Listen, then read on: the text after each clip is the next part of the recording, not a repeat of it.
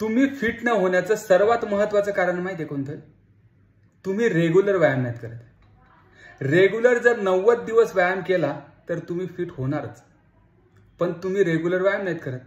Number 2, तुम्ही फिटनेससाठी व्यायाम नाहीत करत. जे पण व्यायाम करतात ते फिटनेससाठी नाहीत करत.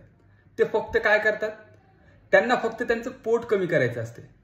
सर्वात महत्त्वाचं पोट कमी करणे, वेट लॉस करणे यांच्यावरच फोकस राहतो.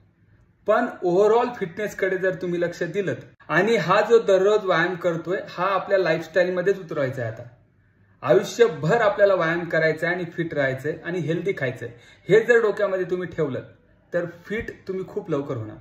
पण ते न करता तुम्ही फक्त वेट लॉसच्याच मागे लागलेला आहात, त्यामुळे तुम्ही फिट नाही आहात. तर आजपासून सस्टेनेबल जर फिटनेस तुम्हाला पाहिजे असेल तर तुम्हाला दररोज व्यायाम करायचा आहे आणि हेल्दी खायचंय, हे तुमच्या आयुष्यामध्येच उतरवायचंय. ह्या गोष्टी तुम्ही लक्षात ठेवा.